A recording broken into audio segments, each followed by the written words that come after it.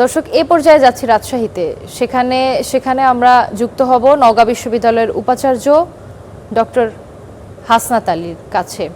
Doctor Hasnat Ali, আপনাকে স্বাগত star নিউজে। সারা দেশেই নির্বাচনী প্রচারণা জমজমাট হয়ে উঠেছে। আজকে প্রথম দিনের মতো প্রচারণা চলছে। নওগাঁয় এই বিষয়টি কেমন দেখছেন? আচরণবিধি মানছে কিনা প্রার্থীরা? ধন্যবাদ আপনাকে, ধন্যবাদ জানাচ্ছি স্টার নিউজের দর্শক শ্রোতাদেরকে। দেখেন, আমি এই মুহূর্তে কথা বলছি রাজশাহী থেকে। আসলে নওগাঁ ইউনিভার্সিটির ভাইস চ্যান্সেলর, কথা বলছি রাজশাহী থেকে। তবে আপনার জানার কথা যে নওগাঁ বা বগুড়া এই এলাকাটা শান্তির শহর, সৌহার্দ্যের শহর এবং গ্রিন সিটি বলা হয়। আজকে নির্বাচন প্রচারণার প্রথম দিনে সকল প্রতিদ্বন্দ্বী রাজনৈতিক দল এ পর্যন্ত অত্যন্ত শান্তিপূর্ণভাবে, সৌহার্দ্যপূর্ণভাবে এবং ভ্রাতৃত্ব বজায় রেখে তারা তাদের প্রচারণা অব্যাহত রেখেছে। এটি একটি ভালো খবর। আমরা সাধারণ ভোটাররা আশা করতে চাই যে নির্বাচনের দিন পর্যন্ত প্রচারণা চলবে। সেখানে কেউ কাউকে আক্রমণাত্মক কথা বলবে না, বরং তাদের দলীয় আদর্শ বা মানুষ কেন তাদেরকে ভোট দেবে, নির্বাচনী ইস্তেহার যেরকম বিএনপির 8 দফা, জামাতের 31 দফা বা অন্যান্য রাজনৈতিক দল যারা নির্বাচন করছে তাদের যে দফা, নির্বাচিত হলে যে মানুষের কাজ করবে সেই কাজগুলো করে তাদের ভোটারকে আকৃষ্ট করার চেষ্টা করবে, সেটি শান্তিপ্রিয় মানুষরা প্রত্যাশা করে। আপনি জানেন যে গত 3টি নির্বাচন 14, 18, 24 মানুষ ভোটাধিকার প্রয়োগ করতে পারেনি। আরেকটি বিষয়, এবারের নির্বাচনের ডিসাইডিং ফ্যাক্টর কিন্তু দুটি পক্ষ।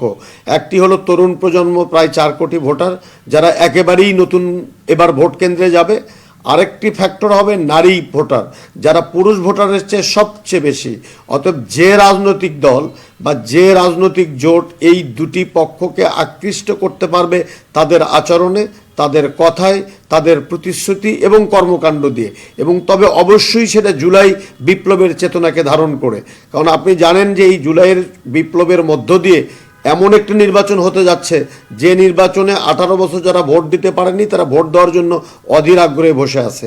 যে তরুণরা ভোট দেবে তারা নতুন একটি বন্দোবস্তের বাংলাদেশ চায়, মেধাবীদের বাংলাদেশ চায়, বৈষম্যহীন বাংলাদেশ চায়। তারা দলবাজি চায় না, তারা কোনো রাষ্ট্রীয় প্রতিষ্ঠান কোনো দলীয় লেজুর ভিত্তিক পরিণত হোক সেটা তারা চায় না।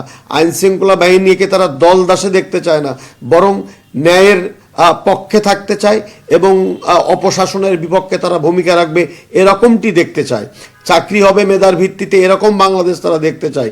তবে দুঃখজনক হলেও সত্য, এটি বাস্তবতা যে 24 জুলাইয়ের যে সনদ, সেই সনদকে স্বাক্ষর করে নির্বাচনের আগেই আমরা দেখলাম যে কোনো রাজনৈতিক দল সেই সনদের কথা ভুলে গিয়ে, যেখানে বলা আছে যে অর্ধেক নারী, সেই নারীর ক্ষমতায়নের কথা আমরা বলছি, নারীর উন্নয়নের কথা বলছি, কিন্তু দলীয় নমিনেশন দেওয়ার ক্ষেত্রে এই জুলাই সনদে স্বাক্ষর করার পরেও কোনো দল একজনকেও নারী নেতৃত্বকে এই নমিনেশন দেননি।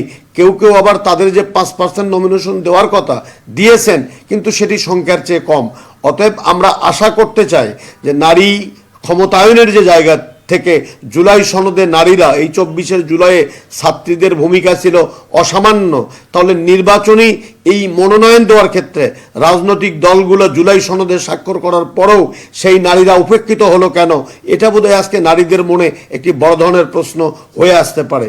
আপনি তারপরে আরেকটা দেখেন, তরুণরা আমাদেরকে কথা বলার সুযোগ করে দিল, যে তরুণরা একটা ফ্যাসিস্ট মুক্ত বাংলাদেশের স্বপ্ন দেখালো, সেই তরুণদের নেতৃত্ব কতটুকু আসলো, কতজন তরুণ এবার নমিনেশন পাইল, কতজন তরুণ এবার নির্বাচনে প্রতিদ্বন্দ্বিতা করছে, এটা কিন্তু একটি বড় একটি ফ্যাক্টর রাজশাহীর ক্ষেত্রে।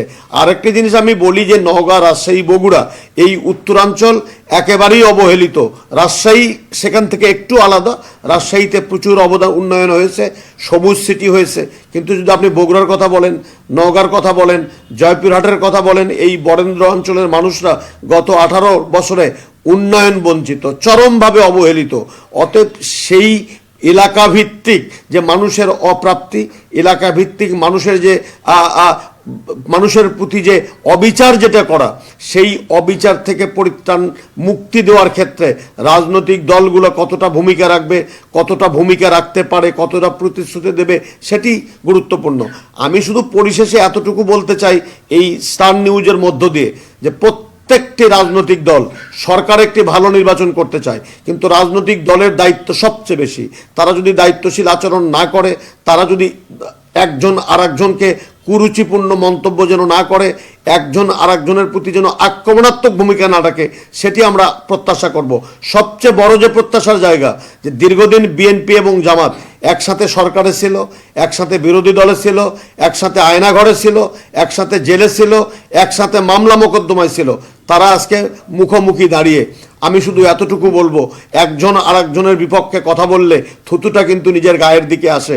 অতএব সেটি তারা বজায় রাখবেন এবং এই কথাটা মনে রেখে নির্বাচন যেন সুষ্ঠু হয়, গ্রহণযোগ্য হয় এবং উৎসব মুখর হয়, সেই পরিবেশ নিশ্চিত করার জন্য জোটের যে দুই বড় জোট, সেই ভূমিকাটা রাখবেন। এটি রাজশাহীবাসী খুব বেশি করে প্রত্যাশা করে, দেশবাসী খুব বেশি করে প্রত্যাশা করে। ডক্টর হাসনাত আলী, আপনাকে ধন্যবাদ আমাদের সাথে যুক্ত হবার জন্য।